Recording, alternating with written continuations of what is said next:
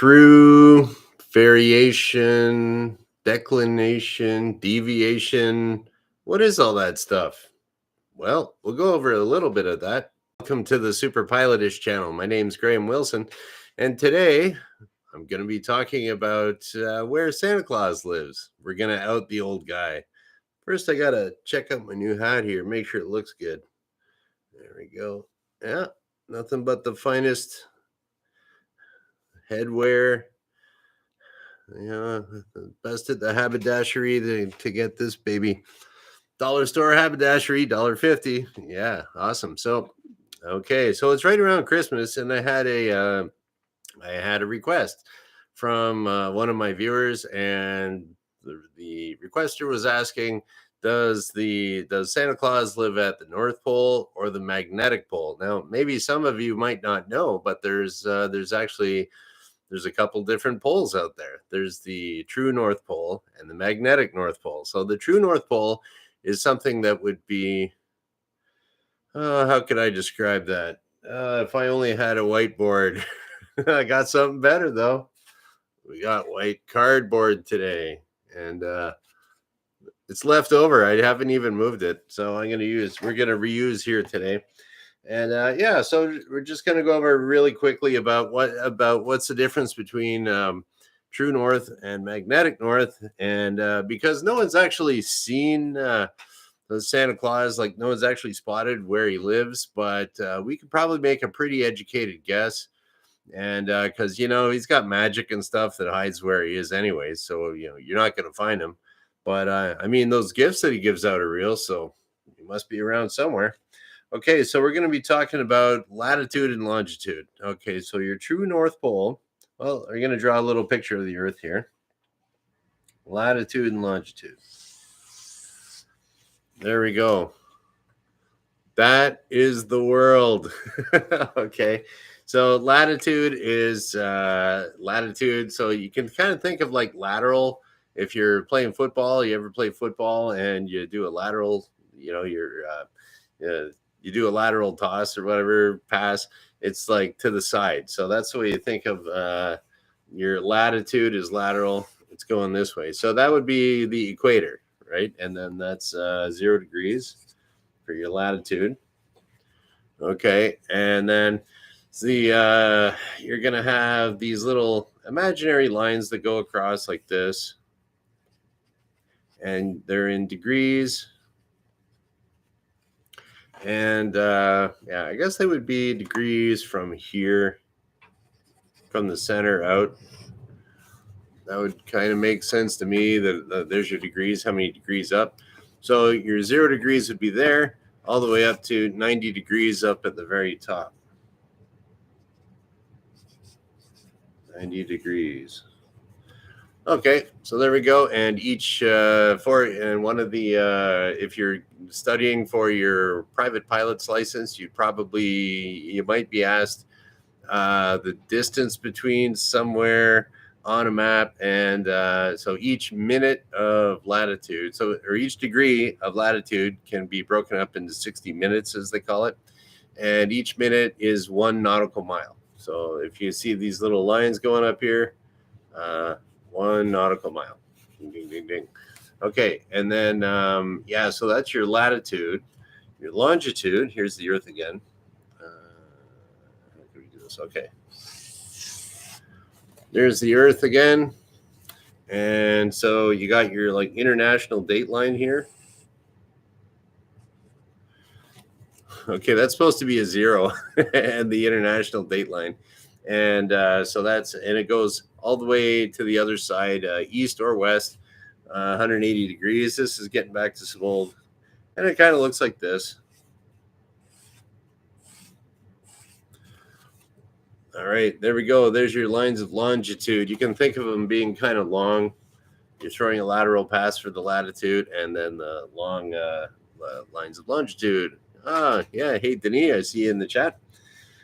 So where is Santa living here? Okay, so he's supposed to be, where would Santa's exact location be if, say, it was true north? Okay, so we're going to draw a kind of a picture of the top of the earth, top of the world. So it'd be like, say we took the Earth here, we chop it right in half. There, well, we're going to look through the top here, so we wouldn't see anything here at all. So we'll have to use our imagination on this. And okay, this is looking at the top of the Earth. So right in the middle of that would be your North Pole, right at the very top. This is your true North Pole. And so what we got there? We'll say this is, okay, we're going to call this one here the International Date Line. No, we'll call that Greenwich Mean, or Prime Meridian. Okay. The Prime Meridian here. Okay, that's going through Greenwich, England. On the other side, roughly, it might be a little ziggy-zaggy, but it's the International Date Line. IDL, International Date Line. Yeah, I don't know if they call that. Might be get mixed up with the Israeli Defense Force. Oh, that's IDF. Okay, that'd be all right. So here we go. We got the Prime Meridian, and so this one would be 0 here, and this one here would be 180 east or west. And then you'd have a whole bunch of lines of longitude here because we chopped it, and you'd still see the tops of the lines. So it would kind of look something like this. It looked like spokes on a wheel, I guess. Okay, this is we're getting high tech here. All right, so there's all your lines of longitude. But so if you were going to program it into your GPS, what would you do? So you do latitude. Okay, so the latitude, we figured that one out before. The North Pole is up here at 90 degrees. And then the longitude. Now that's a tricky one, and it's if you're you're a bit of a mathematician or a bit of a, I guess the theoretical mathematician would say, "Whoa, what is that?" Okay, so if every single line of longitude is coming into the North Pole, so it's not just every degree. There's all the different separations of minutes, seconds, and decimals after that. So technically, according to the so this is the mathematician person would say, you would put the longitude would be infinite. Whoa. But how do you program that on GPS? Well, you could just put in whatever you want. So say you're flying from London, England, and you're going up there, might as well just follow 0. That would work. Or if you're coming from, I don't know, what else we got here? What's on the International Date Line? I don't know. But wherever you are, you could be, you just put whatever, or you could probably just go direct to Santa's house, enter, and it'll just tell you where to go. That's if your GPS database is up to date. So now, I would have a tendency to believe that Santa Claus is living up here at the true north, because the magnetic North Pole actually moves. And if you didn't know that, it does. So now, when I was growing up many moons ago, it was we always said that the magnetic North Pole was right around Ellesmere Island, which is a really northern island in Canada, way up in the Arctic. And it's not really too much up there, but Ellesmere Island. And then it's been moving and moving and moving. And I just checked it today, and apparently it's moving quite quickly these days. And it's no longer Canada no longer has the magnetic North Pole there anymore. It's moving on its way over to Russia. Maybe that's a conspiracy. They're stealing our pole. They're stealing Santa Claus. Oh, I don't know if they do that, but probably not. Anyways, so let's just say, where are we here? Oh, I forget. We got that. I'm doing geography from my memory here. So if that's our international date line, let's figure out. We're going up to the North Pole. We got Iceland would be here. Greenland would probably be about here. And then we got Ellesmere Island here. Okay, this is definitely not to scale. This is not to scale. Okay, so here we are. This little, what do we got here? There's that little dot. We'll call that Iceland. Okay, we got Iceland here, we got Greenland here, and this is Ellesmere Island, and then Canada kind of comes off like that. So I would be around here somewhere. Yeah, that's my house. And so, anyways, and hey, Jordan, I see you in here. Same with Wrench. And what do we got here? Wrench is saying I should fly over both and check. Windsor is pretty near, right? Well, I think Jordan's actually closer to the North Pole than me. It's a lot colder where he is, out in SK in Saskatchewan. But yeah, so here's Ellesmere Island, and we'll say Russia's over here somewhere. How would that go? Go Ellesmere Island, then you got Alaska would be over here somewhere. That little thing of Alaska. And then Russia would kind of go off like that. Okay. There we go. That is a perfect that's right. Jordan's in South Korea. Where would that be? That'd be over here somewhere. And yeah, so look at that blob. Isn't that great? So yeah, so far we're going from Ellesmere Island, and the magnetic North Pole is actually kind of moving to about here. Okay. Can you see that? Okay, so right now it's in the Arctic Ocean, somewhere on the way to on its way to Siberia. So I would have a tendency to believe that Santa Claus would be living at the true North Pole, because then he doesn't have to move every year, right? So it's like if he's actually at the North Pole, he'd have to forward his mail, he'd have to build a new igloo, all kinds of, you got to pay all the costs to, what is it, moving costs for all the elves, and probably register a new address with Transport Canada and all those other agencies for his sleigh. I don't know, it's that'd be a real pain in the butt. So if it was me, if I was Santa Claus, I'd just hang out at the True North, right up here, and then that'll get you anywhere you want to go if you're Santa Claus. And okay, yeah, that's about it. So I would say, oh, and here's another little thing that maybe you didn't know is that the runways are, I think I might have mentioned it before, but airplane runways are, yeah, actually, I think I mentioned that when I was up in Ottawa.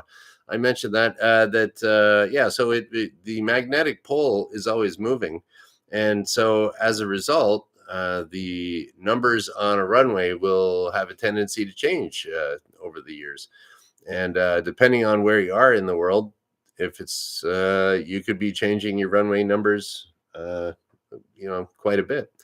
And I'm going to put a link in the description below to a website that it can kind of show you how the magnetic fields are on the Earth, and how they have been over the years. And I'll put a link in the description below when I'm done here, and you can see, hey, what, and where was that little needle pointing when they were trying to go north? And one thing I did find out about,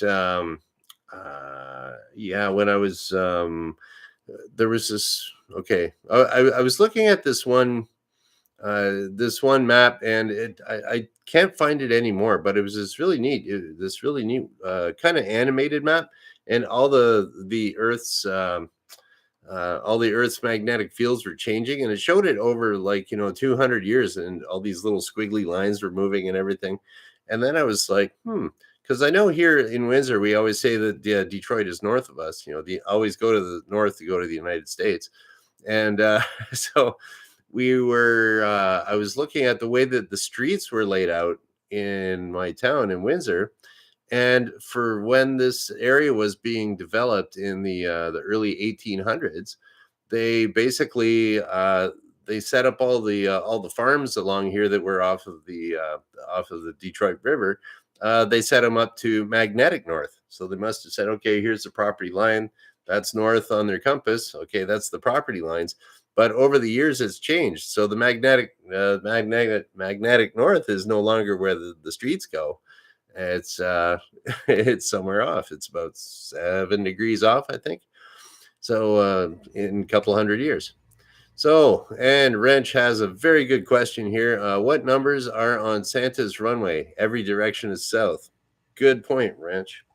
Okay, let's think about this here. Well, okay, everything is south. Let's think about this. Okay, so we're going magnetic what degree would be that? Oh, that's a good one. Here we go.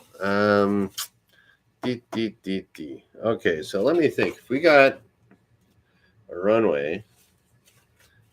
Oh, I'm running out here. Sometimes you have to draw pictures to kind of think about things. Okay, now if I was going to take a runway and I'm going to be going to the north. Okay, so this would be runway 36.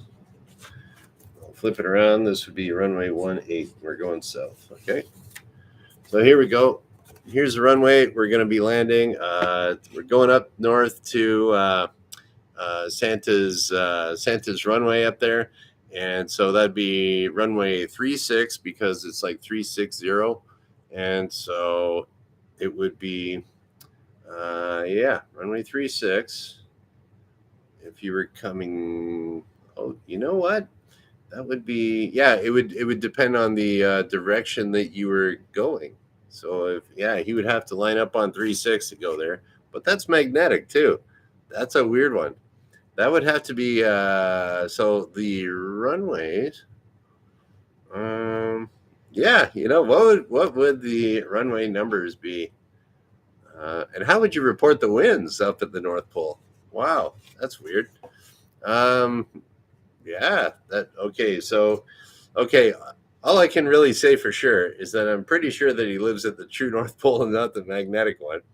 And what would you do then? That's a good question. That's something I'll have to get back to you on. So let me see here. We got today is Wednesday, right? So I'll be back on Friday. So I'll do one more show before Christmas. Okay. Santa's runway numbers. There we go. I got a topic for the new show.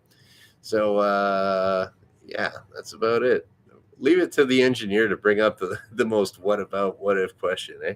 So that's what they get paid for. So anyways, what would we do there? I guess it would depend on which way. Okay, your way you're approaching it, then it would be magnetic. You know what? I'm going to do a deep dive on that crazy subject there, Wrench. And and then DH Pilot 1, same thing. If he takes off from the middle of his runway, then they would both show south. Or I could just say, well, he just has a helipad, so don't worry about it.